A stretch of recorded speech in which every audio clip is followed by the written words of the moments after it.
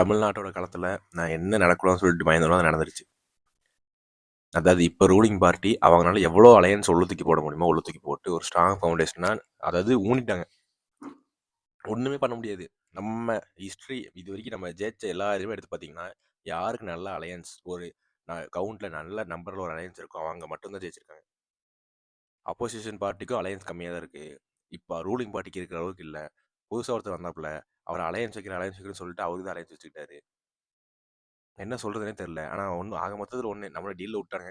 எனக்கு தெரிஞ்சு இப்ப இருக்கிற ஃபவுண்டேஷனுக்கு அடுத்து சென்ட்ரல்ல இருக்கிற மாரி ஒரு 10, 15 வருஷத்துக்கு ஒரே கட்சி தான் இருக்குமோன்னு சொல்லி எனக்கு பயமா இருக்கு. உண்மை உண்மையா சொல்லப்போனா எனக்குமே வந்துட்டு சாட்டிஸ்ஃபேக்ஷன் இல்ல. ஆனா யாருக்கு போடுறது, என்ன போடுறதுன்னு தெரியலையே. அதாவது ஒருத்தன் கெட்டவனா இருக்கான்னு பார்த்தா, அதுக்கு அடுத்து நம்ம பார்க்குறோம்னா, அவன் அதோட கெட்டவனா இருக்கான். இல்லையா?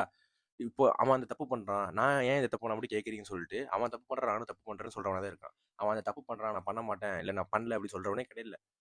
அதுதான் நம்ம இதுல வந்து நல்ல பிரச்சனையா இருக்கு. சரி நம்ம இதுல பிரச்சனையா இருக்கு. மத்த நாட்டுல இல்ல மத்த நார்த்ல இல்ல மத்த நாட்டுல அதோட மோசமா தான் இருக்கு. என்ன சொல்றதுன்னே தெரியல. சை